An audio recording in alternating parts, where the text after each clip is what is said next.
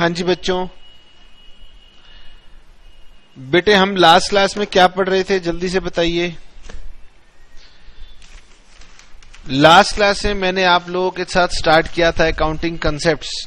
बच्चे कह रहे हैं सर हम दुखी हो गए कंसेप्ट्स पढ़ पढ़ के। कोई बात नहीं बेटे, थोड़ी सी हिम्मत रखो। लास्ट क्लास में 4 कंसेप्ट्स हमने पढ़ लिए हैं और इसी तरह से 1-2 क्लासेस और पढ़ेंगे तो हमारे कंसेप्ट्स कंप्लीट हो जाएंगे।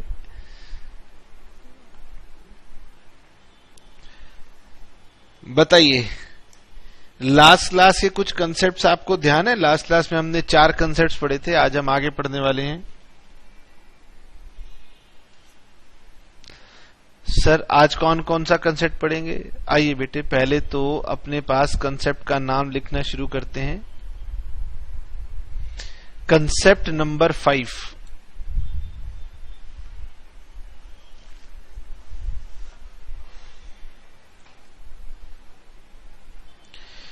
concept number 5 is materiality concept.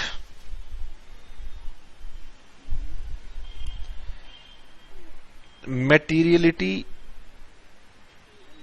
concept. Although बेटे मटेरियलिटी के बारे में मैं आपको पिछली क्लास में थोड़ा सा हिंट दे चुका हूं, ठीक है? तो आज हम उसको रिपीट ही करने वाले हैं, ठीक है जी।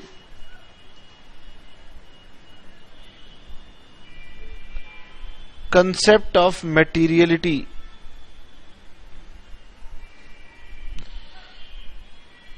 says that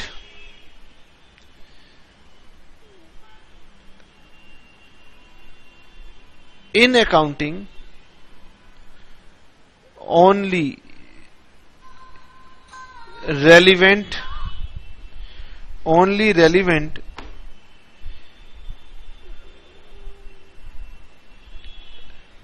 information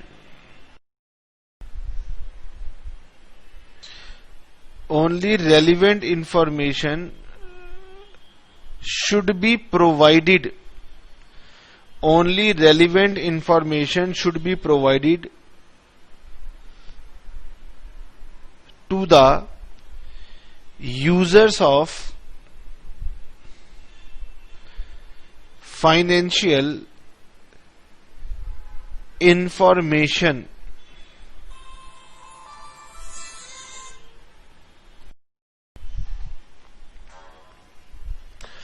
अब बच्चे कह रहे हैं सर ये मटेरियलिटी का कंसेप्ट क्या हुआ?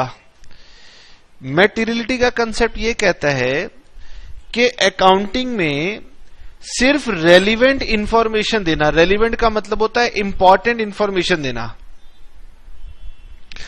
अब मान लीजिए बेटे आप कहीं पिकनिक पर घूमने के लिए गए, आपने कहा सर हमारे स्कूल में पिकनिक है।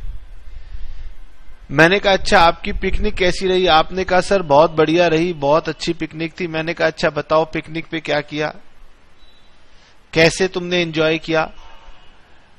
आपने कहा शुरू हो गए एक पूरी कहानी सुनाना। सर हमारी बस इतने बजे आई, मैं इतने बजे बस के अंदर बैठ गया, उसके बाद बच्चे आए नहीं थे, फिर बच्चे इतनी देर के बाद आए। सर मेरा फ्रेंड तो फिर 10 मिनट के बाद आया, फिर हम बैठे, फिर हमारी टीचर आई, फिर धीरे धीरे बाकी पेरेंट्स अपने बच्चों को छोड़कर गए, फिर बस भरी, फिर हम चलना शुरू हुए, रास्ते में रेड लाइट आई। अब मैं कहूंगा यार मैं तो थक गया, मैं तुम्हारी पिकनिक के बारे में पूछ रहा हूं, तुम पता नहीं मुझे क्या बताए जा रहे हो। मुझे ये बताएं ना, इंपॉर्टेंट बात बताएं जिससे मेरा इंटरेस्ट बना रहे, टाइम वेस्ट ना हो। इसी तरह से अकाउंटिंग भी ये कहता है कि हम सिर्फ इंपॉर्टेंट इंफॉर्मेशन ही रिकॉर्ड करें तो अच्छा होगा। अदरवाइज हम रिपोर्ट करना शुरू कर दें हर उस बात को जो इंपॉर्टेंट भी ना हो, तो फिर तो बहुत सारा रिपोर्ट हो जाएगा, और बहुत सारा रिपोर्ट हो जाएगा तो बेचारा यूजर तो परेशान हो जाएगा। तो इसलिए हमारी अकाउंटिंग इंफॉर्मेशन कहती है कि केवल जब रिपोर्ट करो तो इंपॉर्टेंट बातों को रिपोर्ट करो ना, अनइंपॉर्टेंट बातों को रिपोर्ट करने से टाइम क्यों वेस्ट करते हो? That is the concept. अब सवाल ये उठता है कि सर ये कैसे बताएंगे कि इंपॉर्टेंट क्या होता है, मटेरियल क्या होता है? आइए बेटे लिखिए।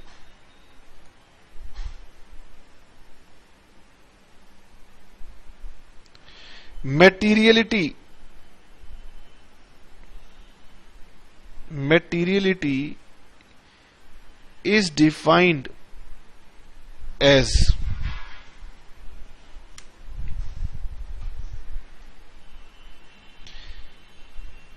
an item should be regarded as material. An item should be regarded as material मतलब important.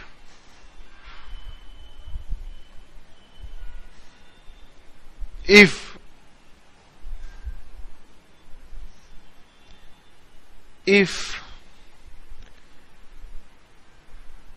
there is a reason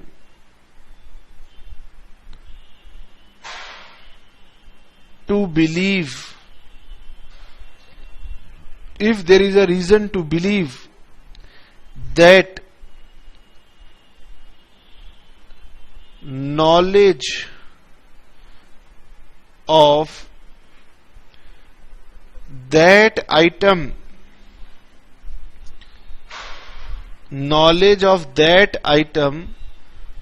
would affect or influence the decision of the user. बेटे कंसेप्ट ने एक बहुत छोटी सी बात कही थी कि मटेरियलिटी का मतलब है कि केवल इंपॉर्टेंट इंफॉर्मेशन ही रिपोर्ट करना। अब बच्चे का क्वेश्चन ये होता है कि सर इंपॉर्टेंट क्या होता है? तो इंपॉर्टेंट वो होता है जिसकी जानकारी होने या ना होने की वजह से किसी का भी डिसीजन अफेक्ट हो सकता हो, then that is called material. मैं कहता हूं अगर आपको इस बात की जानकारी होती तो क्या कोई फर्क पड़ जाता? आप कह रहे हो हां सर फर्क पड़ जाता। अगर आप मुझे पहले बता देते कि ये कंपनी डेंजरस काम करती है तो मैं इसमें पैसा ही ना लगाता। यानी कोई भी इंफॉर्मेशन मटेरियल कब है? यदि उसके पता होने या ना पता होने से किसी के डिसीजन लेने पर फर्क पड़ जाए तो उस जानकारी को हम क्या बोलते हैं? मटेरियल बोलते हैं। और मटेरियल इंफॉर्मेशन जो होती है वो डिस्क्लोज करनी होती है।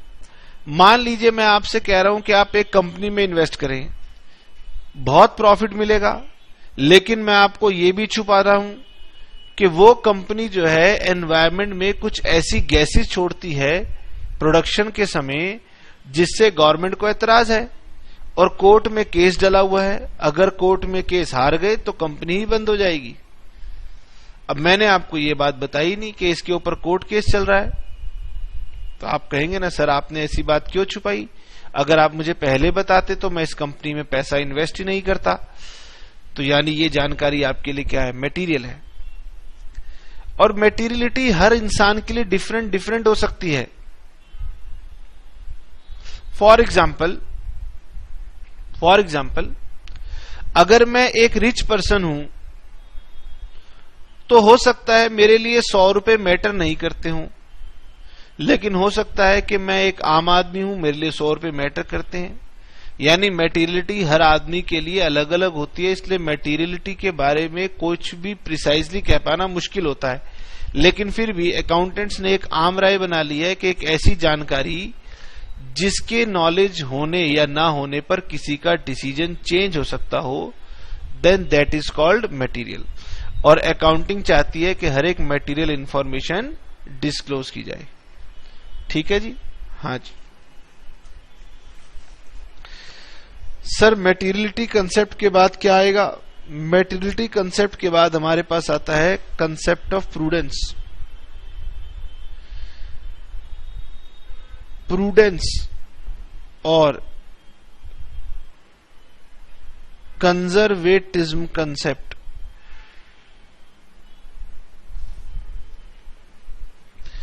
प्रूडेंस कहिए या कंजर्वेटिज्म कंसेप्ट कहिए।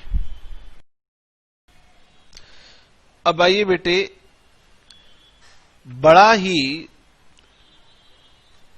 डिफरेंट सा कंसेप्ट है प्रूडेंस कंसेप्ट, कंजर्वेटिव कंसेप्ट। हम बिजनेस किसके लिए करते हैं? हम बिजनेस करते हैं प्रॉफिट के लिए। कंजर्वेटिव कंसेप्ट कहता है कि अकाउंटिंग जो आप कर रहे हो वो आपको बताती है कि आपको कितना प्रॉफिट हुआ या कितना लॉस हुआ। ठीक है, अब बताइए बेटे, मुझे उम्मीद लगती है, कई बार एक इंसान कहते हैं यार मैंने ना कल एक गुड्स इंपोर्ट करवाए हैं और मेरी उम्मीद है कि मैं इसमें बहुत अच्छा मार्जिन कमा लूंगा। वो अपनी कैलकुलेशन करके रखता है और समझदार व्यक्ति उसको बोलता है कि भाई जैसा तुम सोच रहे हो ना वैसा होगा नहीं, इसीलिए अपने आप को करेक्ट कर लो। वो कहता है क्यों नहीं होगा, जो मैं सोच रहा हूं वो क्यों नहीं होगा। एक होता है एग्रेशन। एग्रेशन में इंसान कुछ ज्यादा ही कैलकुलेशन कर जाता है और बाद में जब उसकी कैलकुलेशन गलत साबित होती है तो उसे बहुत तकलीफ होती है। एग्रेशन का उल्टा ही आप समझ सकते हैं कंजर्वेटिव। कंजर्वेटिव कंसेप्ट कहता है कि मैं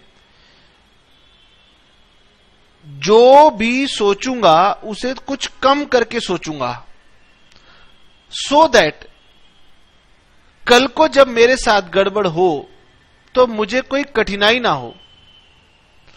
अब बच्चा कहता है सर ये बात समझ में नहीं आई कि आप क्या कहना चाहते हो। मैं अभी समझाऊंगा जो भी बातें मैंने आपसे कही हैं। आइए जी लिखते हैं और समझते हैं। दिस कंसेप्ट सेज दैट, अब मेरी बात आराम से सुनना, एक बार दोबारा समझाने की कोशिश कर रहा हूं। मैंने बेटे एक पर्सन को 1 लाख के गुड्स सेल कर दिए 2 लाख रुपीस में।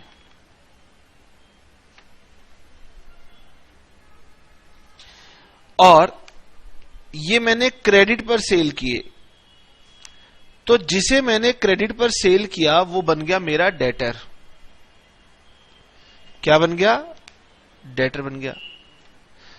अब मुझे लगता है यार ये जो डेटर है ये कुछ गड़बड़ करेगा और मुझे उम्मीद है ये मेरे 10% पैसे नहीं देगा।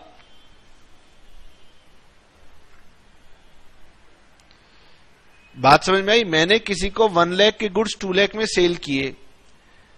अब मैं कहता हूं जी मैंने 1 लाख का प्रॉफिट कमाया है। दूसरी तरफ मैं ये कहता हूं कि यार ये डेटर जो है ना 10% पैसे नहीं देगा, ये मुझसे झगड़ा करेगा, कहेगा कि तूने मुझे झूठ बोला, तूने मुझे ज्यादा पैसे लगाए, ये वहां सस्ता मिल जाता, झगड़ा करेगा, मुझे पेमेंट नहीं देगा। अब आप कहोगे सर पेमेंट नहीं देगा तो कोर्ट में चले जाना। बेटे प्रैक्टिकल अप्रोच यही है कि कोर्ट के झगड़े से इंसान बचता है। कहता है छोड़ो यार, व्यापार करना है एक आदमी के साथ, मैं उसके अपना रिलेशनशिप क्यों बिगाड़ूं। ठीक है जी। अब मैं कहता हूं ये 10% पैसे नहीं देगा।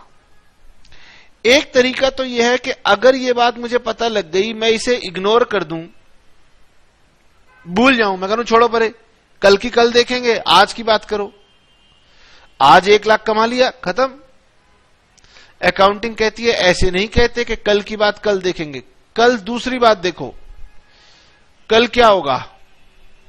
अगर आपको लगता है कि कल मुझे 20,000 रुपीस का लॉस हो सकता है, अभी हो सकता है, श्योर नहीं है, लेकिन अकाउंटिंग कहती है हम कंजर्वेटिव सोच के हैं। अगर लॉस होने की संभावनाएं आपको दिख रही हैं तो मान लो कि लॉस हो गया है। यानी आपने इस ट्रांजैक्शन में 1 लाख रुपीस नहीं कमाए, आपने 80,000 कमाए हैं। बात समझ में आई? अगर मैं सोच ये ले लूं, इसे छोड़ यार क्या फर्क पड़ता है, कल की बात कल देखेंगे, तो मैंने कितना कमाया 1 लाख, क्योंकि तब मैं 20,000 का लॉस रिकॉर्ड नहीं करूंगा। लेकिन अगर मैं अपनी सोच बदल दूं, मैंने कहा ये तुम्हारा गलत, बहुत गलत बात है, जो बात पता लग गई है इग्नोर क्यों करते हो, कंसीडर कर लो। अब प्रॉफिट कितना हो गया 80,000। यानी सोच के बदलने से प्रॉफिट का अमाउंट बदल रहा है। अगर मैं अपनी सोच कंजर्वेटिव कर लूं, तो कंजर्वेटिव सोच ये कहती है कि भविष्य में कोई नुकसान दिखाई दे रहा है, हां, तो उसे कल पे छोड़ो मत, आज ही रिकॉर्ड कर लो। बात समझ में आई? अब एक व्यक्ति कहता है देखो जी, मैंने एक व्यक्ति को सामान बेचा था 1 लाख का, कितने में 2 लाख में, वही ट्रांजैक्शन है। 1 लाख का सामान है, मैंने इसे 2 लाख में बेचा है। बात समझ में आई? ये क्रेडिट सेल है। और इस व्यक्ति ने मुझसे यह भी कहा है कि ये गुड्स वो एक दूसरी कंपनी को देने वाला है, और अगर ये गुड्स उन्हें अच्छे लग गए, उन्होंने एक्सेप्ट कर लिए, तो फिर मैं खुश हो जाऊंगा और मैं तुम्हें 20,000 रुपीज एक्स्ट्रा भी दूंगा, इनाम दूंगा तुम्हें।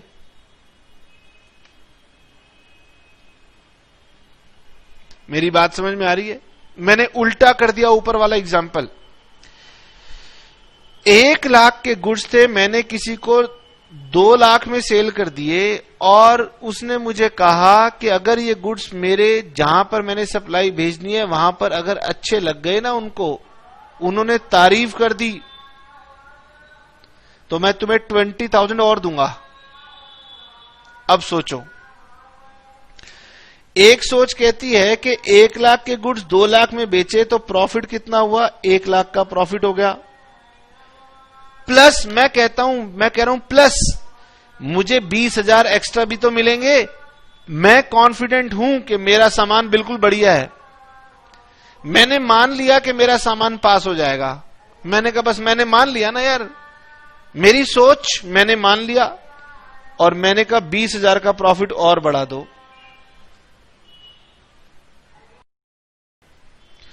अब बताइए, मैं कहना चाहता हूं कि मैंने 1,20,000 कमा लिए। मैंने कहा जैसे आपने मुझे अभी पीछे सिखाया था कि अगर फ्यूचर में लॉस होने वाला हो तो उसको आज ही मानो, ऐसे ही मैंने रूल लगाया कि फ्यूचर में एक मुनाफा हो सकता है, उसे आज ही मुनाफा मान लो, ऐड कर दो। कंजर्वेटिव प्रिंसिपल कहते हैं नहीं, अब आप इसे ऐड नहीं करोगे और आप अपना प्रॉफिट सिर्फ 1 लाख रिपोर्ट करोगे। अब बेटे एक व्यक्ति ये कहना चाहता है, कहता है बताओ ये कोई बात हुई, जब लॉस की बात आई तो आपने कहा लॉस फ्यूचर में होना है तो मान लो आज हो गया, लेकिन जब इनकम की बात आई मैंने कहा फ्यूचर में इनकम हो सकती है, तो आपने कहा मान लो ये ना हुआ, ये फ्यूचर में ही होगी। मतलब घाटे तो रिकॉर्ड कर लो और इनकम को रिकॉर्ड मत करो, यानी अपने आप को कम करके बताओ। ये कोई बात हुई? यहां पर मैं अपने आप को बढ़ा के बताना चाहता हूं, 1,20,000 करके बताना चाहता हूं, तो आप कह रहे हो नहीं करो। यही हमारा कंजर्वेटिव कंसेप्ट है। कंजर्वेटिव कंसेप्ट कहता है ज्यादा उछलो मत। उछलो का मतलब यह है कि भविष्य के प्रॉफिट्स को दिखाओ मत कि वो हो गए, वो जब हो जाएंगे तभी दिखाना। लेकिन भविष्य में लॉसेस हैं तो उनको मान के चलो वो होंगे और उनको आज ही रिकॉर्ड कर लो। ठीक है जी।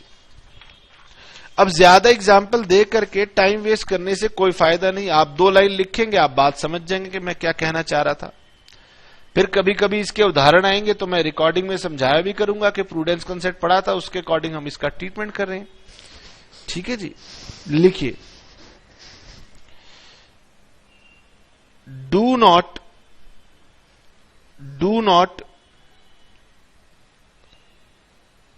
anticipate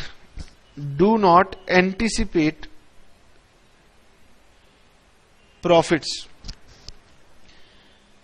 but provide for all possible losses। इसका मतलब भविष्य में होने वाले प्रॉफिट्स को एंटीसिपेट मत करो, पहले से ही किताबों में मत घुसाओ। सर आज मैंने सामान खरीदा 1 लाख का, मैं तो इसे 1.20 का बेच ही दूंगा, आज नहीं बेचूंगा तो कल बेचूंगा। तो इसका मतलब ये थोड़ी ना है कि उसे आज ही रिकॉर्ड कर लो। यानी प्रॉफिट्स भविष्य में जो होंगे उन्हें भविष्य में ही रिकॉर्ड कर लेना, लेकिन आज ही कोई खतरा नजर आ रहा है तो उस खतरे को आज ही रिकॉर्ड करो, तभी सेफ रहोगे। खतरों के ऊपर आंखें बंद मत करना और फ्यूचर के प्रॉफिट देख करके ज्यादा उछलना मत। इसी को बोलते हैं कंजर्वेटिव कंसेप्ट। और take into account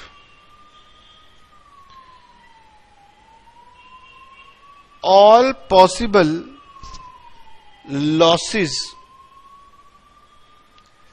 take into account all possible losses but not the prospective profits।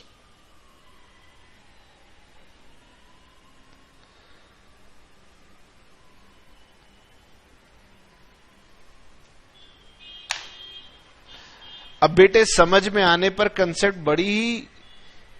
बहुत ही बड़ी बात कह रहा है। कह रहे एंटीसिपेट ऑल पॉसिबल लॉसेस। अब इस पॉसिबल का मतलब ये नहीं है कि आप रिमोट तक, दूर तक सोचना शुरू कर दो कि मुझे व्यापार में क्या क्या नुकसान हो सकते हैं। जबरदस्ती सोचना शुरू कर दो। अगर आज मैं घर जाऊं, पीछे से मेरी दुकान का ताला कोई तोड़ दे और मेरा कंप्यूटर कोई ले जाए तो ये भी तो नुकसान हो सकता है, इसको रिकॉर्ड कर लेता हूं, ऐसा नहीं है। पॉसिबल लॉस का मतलब ये नहीं है कि बैठे हुए मुंगेरी लाल के सपने देखने शुरू कर दो और जितने लॉस नजर आए सारे के सारे रिकॉर्ड करने शुरू कर दो। नहीं, जिनका अनुमान लग रहा है आपको कि यार ये होना है, उसको रिकॉर्ड कर लो। जैसे कि मैंने क्रेडिट सेल का एग्जांपल दिया और आपको लगता है कि मेरे डेटर पैसा नहीं देगा, तो फिर उसके ऊपर एक प्रोविजन बना लो, उसका एक लॉस बना लो। ये इसका मतलब है प्रूडेंस कंसेप्ट या कंजर्वेटिव कंसेप्ट। आइए बेटे हम नए कंसेप्ट की तरफ बढ़ते हैं और हमारा नेक्स्ट कंसेप्ट है हिस्टोरिकल कॉस्ट कंसेप्ट।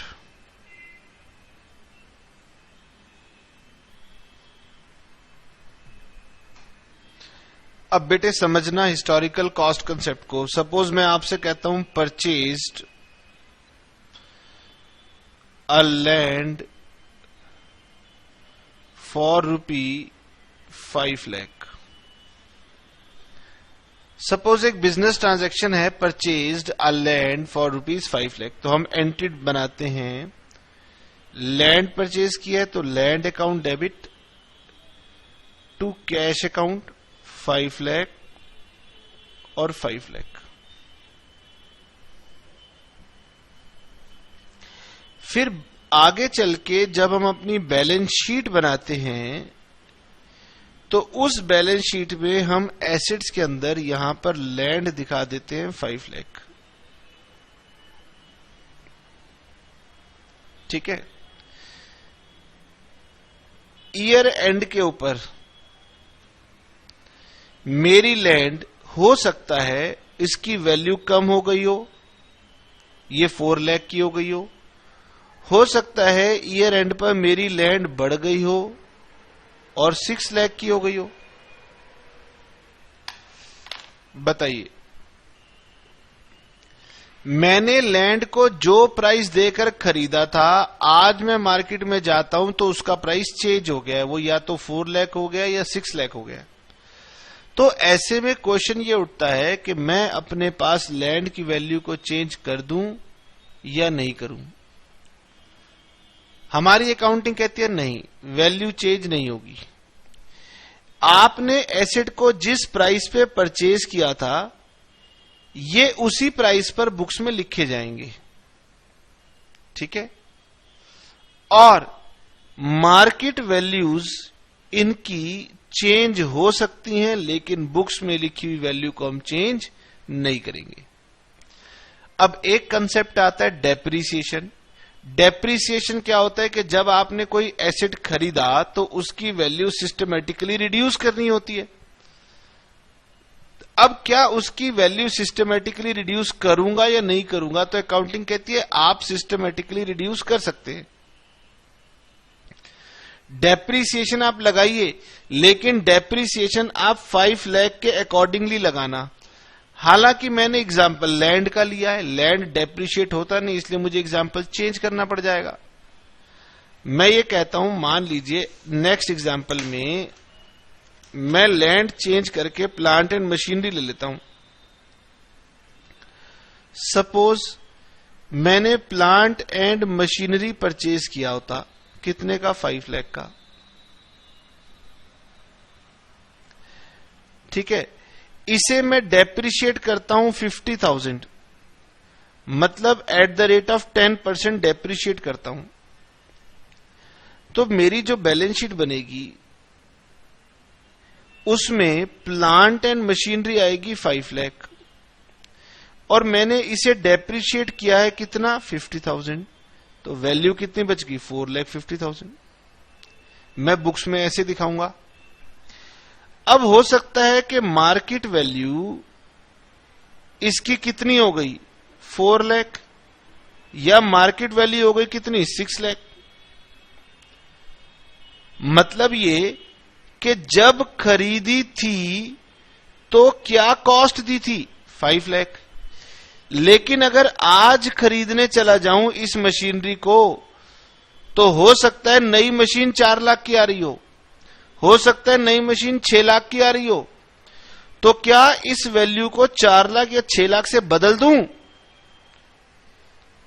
अकाउंटिंग कहती है नहीं, जिस दाम को दिया था खरीदते हुए उसी दाम को बुक्स में दिखाना है और उसी के अकॉर्डिंग अकाउंटिंग करनी है। बाजार में दाम बदलते रहेंगे, इसका मतलब ये थोड़ी ना है कि तुम भी इनके दाम बदलते रहोगे। मैंने कहा लेकिन दाम बदल देता तो अच्छा रहता।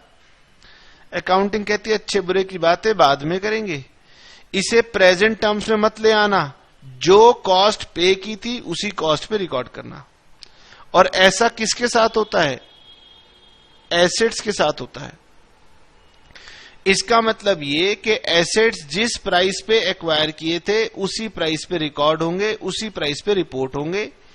डेप्रिसिएशन की वजह से उनकी वैल्यू कम हो सकती है, बट अदरवाइज आप उन्हें उसी वैल्यू पर रिपोर्ट करते रहें। ये हमारी कॉस्ट कंसेप्ट कहती है।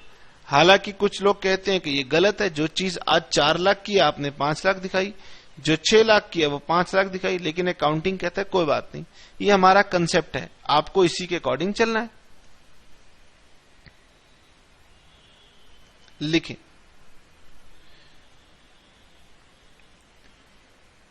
according to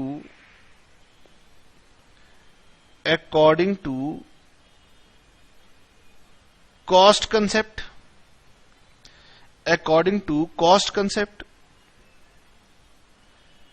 an asset is recorded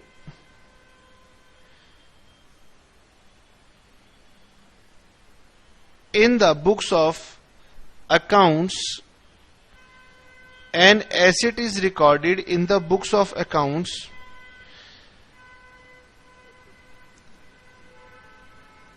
at the price paid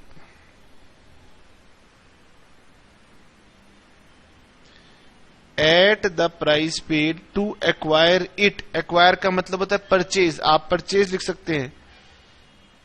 Price paid to purchase it. Acquire it means purchase it. And this cost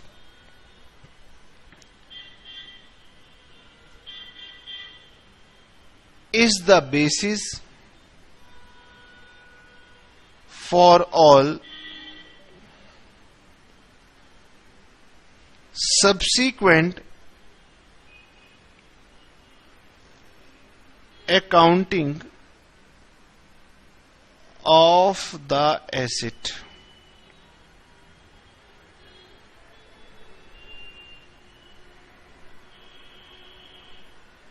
Next, asset is recorded at cost. Asset is recorded at cost at the time of purchase. Asset is recorded at cost at the time of purchase, but is systematically depreciated,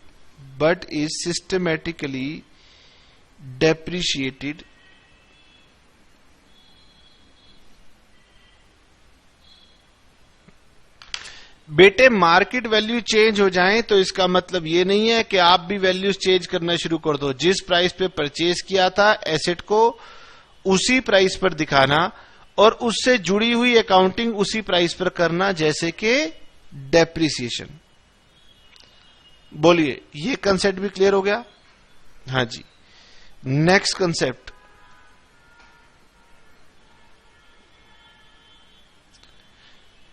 matching concept.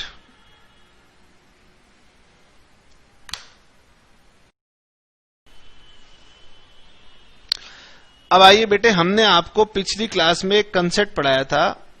हमने कहा था कि आपका business बहुत लंबे period तक चलेगा, लेकिन आप हर एक ईयर एंड के ऊपर अपनी बुक्स को क्लोज कर दोगे।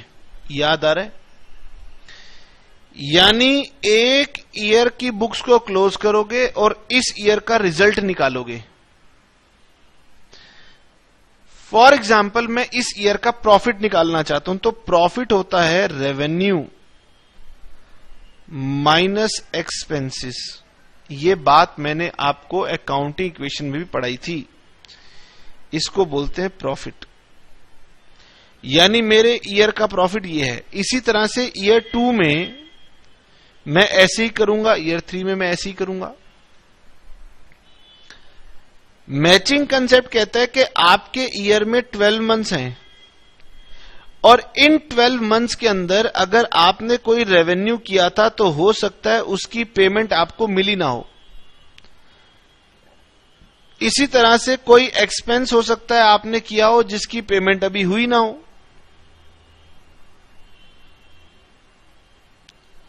सिंपल सा मतलब यह है कि अगर आप एक ईयर का प्रॉफिट निकालना चाहते हो तो उस पीरियड में जो रेवेन्यू आपने लिखा है उस पीरियड के एक्सपेंसेस को भी लिख लेना। जितने पीरियड का रेवेन्यू उतने पीरियड के खर्चे, इसीलिए आपको सही प्रॉफिट पता चलेगा उस पीरियड का। यही कहता है सिर्फ मैचिंग कंसेप्ट। मैचिंग कंसेप्ट कहता है कि जिस पीरियड का रेवेन्यू लिखा है उस पीरियड के सारे खर्चे रिकॉर्ड करना, चाहे वो आपने पे किए हो चाहे आपने पे नहीं किए हो, तभी आपका करेक्ट प्रॉफिट निकलेगा। कभी ऐसा पता चले कि रेवेन्यू 12 मंथ्स का रिकॉर्ड कर लिया लेकिन खर्चे 11 मंथ के रिकॉर्ड कर दिए, तो ये पीरियड तो मैच हो नहीं रहा, तो आपका प्रॉफिट गलत निकलेगा। फिर आप गलत प्रॉफिट रिपोर्ट करोगे और जब आपसे कोई क्वेश्चन करेगा कि आपने गलत प्रॉफिट रिपोर्ट किया तो आप कहोगे बताओ मैंने क्या गलती की है, कहां लिखा है कि प्रॉफिट अगर 12 महीने का होगा तो खर्चे भी 12 महीने के होंगे। तो हम आपको लेके चलेंगे, हम कहेंगे मैचिंग कंसेप्ट को पढ़ लो। मैचिंग कंसेप्ट कह रहा है जिस पीरियड का रेवेन्यू होगा उसी पीरियड के खर्चे होंगे, तभी उसी पीरियड का सही प्रॉफिट निकल के आएगा। और जो लोग इसको फॉलो नहीं करेंगे हम उन्हें कहेंगे कि आपने अकाउंटिंग कंसेप्ट फॉलो नहीं किया, इसलिए आपके अकाउंट्स गलत हैं। बात समझ में आया? हां, सिंपल सा कंसेप्ट है। आइए फटाफट इसकी नोटिंग करें।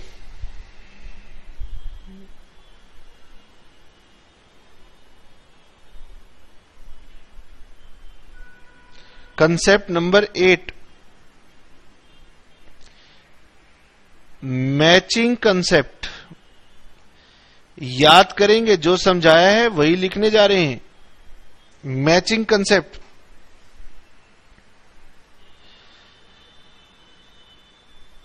Profit earned by business, profit earned by business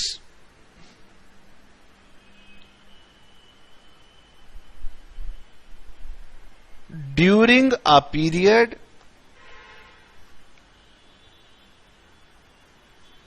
can be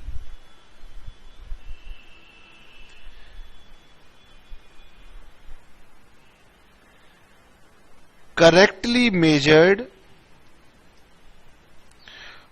only when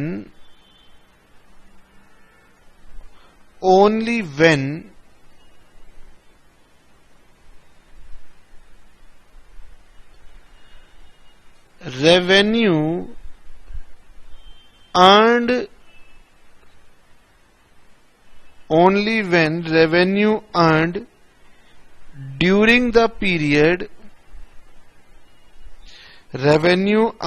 during the period is matched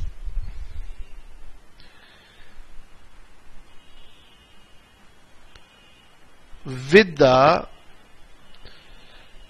expenditure incurred to earn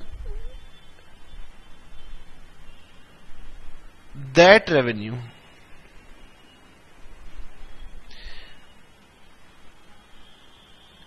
It is not relevant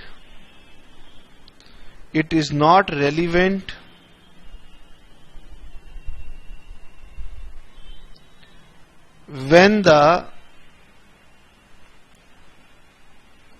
the payment was made or received. अब बच्चा कहता है मैं एक नए page पे समझा रहा हूं ताकि इसमें राइटिंग में दिक्कत ना आए। मेरा ईयर स्टार्ट होता है 1 अप्रैल को और मेरा ईयर एंड होता है 31 मार्च को। मैंने कहा अपने अप्रैल टू मार्च तक की सेल बताओ। एक व्यक्ति ने मुझे कहा मेरी अप्रैल टू मार्च तक की सेल है 25 करोड़। मैंने कहा अपना खर्चा बताओ। समझने के लिए बता रहा हूं, मान लो इसका खर्चा 1.5 करोड़ पर मंथ का है। खर्चा कितना है? 1.5 करोड़ पर मंथ। और ये कहता है कि मैं खर्चा जो है, जैसे अप्रैल में मेरा जो भी खर्चा है मैं उसकी पेमेंट मई में कर देता हूं। अप्रैल की पेमेंट कब करता हूं? मई में। तो मैंने कहा मई की कब करते हो? कहता है जून में, मतलब नेक्स्ट मंथ पेमेंट कर देता हूं। यानी इसी तरह से ये हर महीने खर्चा करता रहा और पेमेंट देता रहा। लेकिन जब लास्ट का मंथ आया मार्च, तो उसकी पेमेंट कब हो गई? अगले साल में हुई, अप्रैल नेक्स्ट। क्योंकि मेरी बुक्स ऑफ अकाउंट्स कब क्लोज हो गई? मार्च में क्लोज हो गई। इसका मतलब मार्च के 1.5 करोड़ की पेमेंट कब हुई? अप्रैल में, यानी ये मार्च में नहीं हुई। मेरा ईयर स्टार्ट हुआ था अप्रैल से लेकर मार्च तक, इसमें टोटल 12 मंथ्स थे।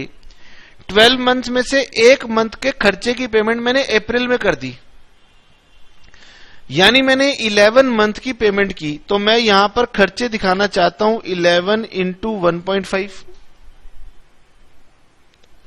ये टोटल आ जाएगा 16.5 करोड़। मैंने कहा सेल कितनी है? सेल 12 महीने की है। और खर्चा कितना है? सर खर्चा 11 महीने का है। मैंने कहा क्यों? क्योंकि सर आखिरी जो महीना था मार्च, उसके खर्चे की पेमेंट मैंने कब की? अप्रैल में। तो मैंने भी पेमेंट की नहीं थी, तो इसलिए मैंने 11 महीने दिखाया। तो अकाउंटिंग कहती है फिर ये गलत हो जाएगा।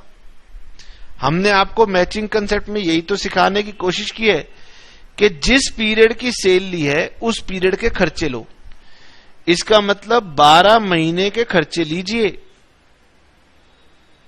18 करोड़ और अपना प्रॉफिट बताइए कितना 7 करोड़, ये ठीक होगा। ऊपर वाला करते तो गलत हो जाता। अब मैं कह रहा हूं लेकिन मैंने तो मार्च की पेमेंट नहीं की। अकाउंटिंग कहती है पेमेंट को छोड़ो, खर्चा तो कब का था, मार्च का।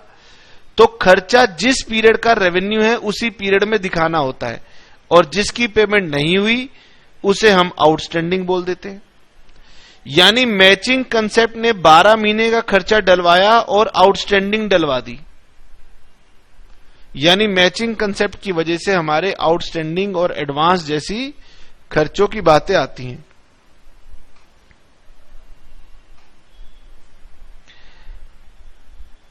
Therefore, due to this concept,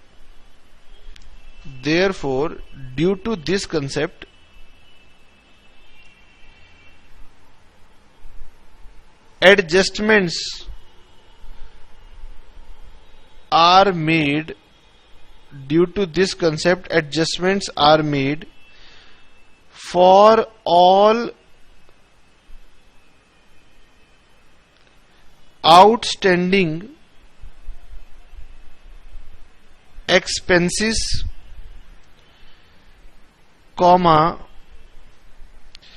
prepaid expenses,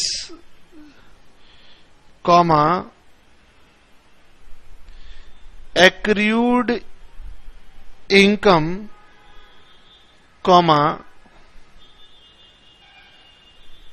income received in advance. यानी पीरियड टू पीरियड मैच करना है। अगर जिस साल की इनकम निकाल रहे हो उस साल के पीरियड का खर्चा पे नहीं किया है तो भी रिकॉर्ड करो, तभी प्रॉफिट आएगा। और अगर खर्चा अगले सालों का पे कर रखा है तो उसको हटाओ। मैचिंग कंसेप्ट, ये डिटेल में बातें आगे आएंगी, और जब आगे आएंगी तो यहां पर जो आपकी लर्निंग की कमी रह गई है वो वहां पर पूरी हो जाएगी। लेकिन यहां इग्नोर कर दिया तो वहां पर इसको लिंक नहीं कर पाओगे। मेरी बात समझ में आ रही है? कभी इस भ्रम में मत रह जाना कि मुझे ये बात आज कठिन लग रही है तो सर मैं एग्जाम में अटेम्प्ट कैसे करूंगा। मैं बार बार यही समझाने की कोशिश कर रहा हूं कि जब हम आगे अकाउंटिंग पढ़ते जाएंगे तो ये बातें वापस रिपीट होती जाएंगी। अगर यहां आपने 2% समझा होगा तो जब मैं अगली बार रेफरेंस दूंगा आपकी लर्निंग 5% पे आ जाएगी, उसके बाद 25% पर आएगी, 50 पे आएगी, 100 पर आएगी। लेकिन अगर ये बीज, ये सीड आज आपने अपने मन में नहीं डाला कंसेप्ट का, तो आगे जाके लिंकेज नहीं कर पाओगे। हाँ जी, एक छोटा सा कंसेप्ट और, कंसेप्ट नंबर 9। ये तो हमने पहले भी आपको पढ़ा रखा है, dual aspect concept.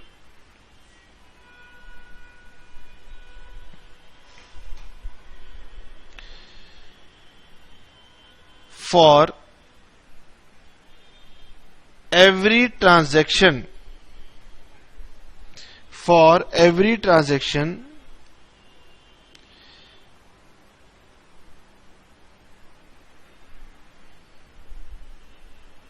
there are two aspects, a debit and credit of equal amount. For every transaction there are two aspects, a debit and credit of equal amount.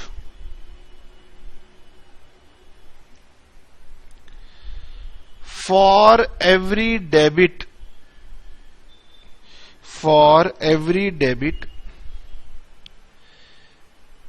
there is a credit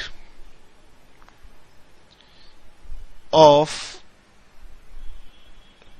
equal amount in one or more accounts. It is it is also true vice versa. इसका उल्टा भी true होगा, मतलब for every credit, उल्टा करना है, for every credit there is a debit of equal amount in one और more accounts. इसका मतलब ये कि अगर एक अकाउंट डेबिट हुआ है तो उतने ही रुपए के दूसरे अकाउंट में क्रेडिट होगा, चाहे वो एक हो या एक से अनेक हो, अधिक हो. बताइए बेटे, क्या ये बात आपको समझ में आई? और इसी कंसेप्ट की वजह से हमारी पूरी की पूरी अकाउंटिंग इक्वेशन बनी थी, जो कि कहती थी assets is equal to capital plus liabilities. और वहां पर तो हमने बेटे पूरा का पूरा चैप्टर यही बात समझाने में बिताया था कि अकाउंटिंग इक्वेशन हमेशा ट्रू रहती है.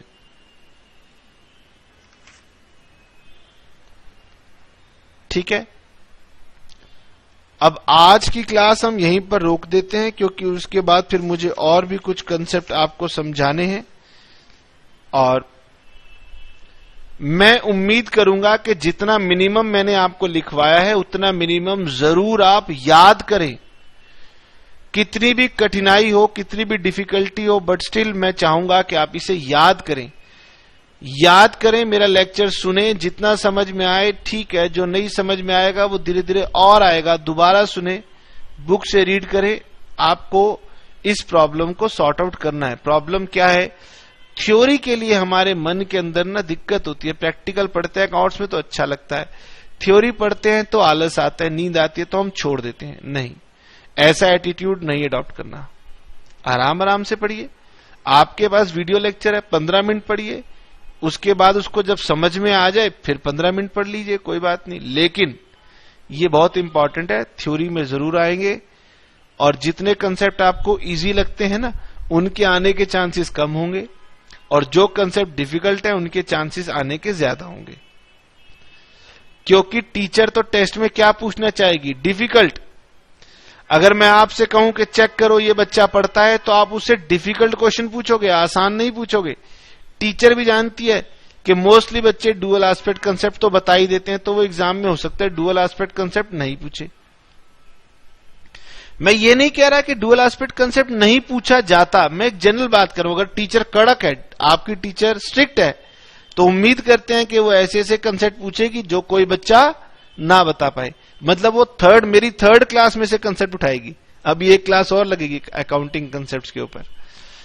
चलिए, खैर आज इतना ही पढ़ेंगे, बाकी कंसेप्ट नेक्स्ट क्लास में.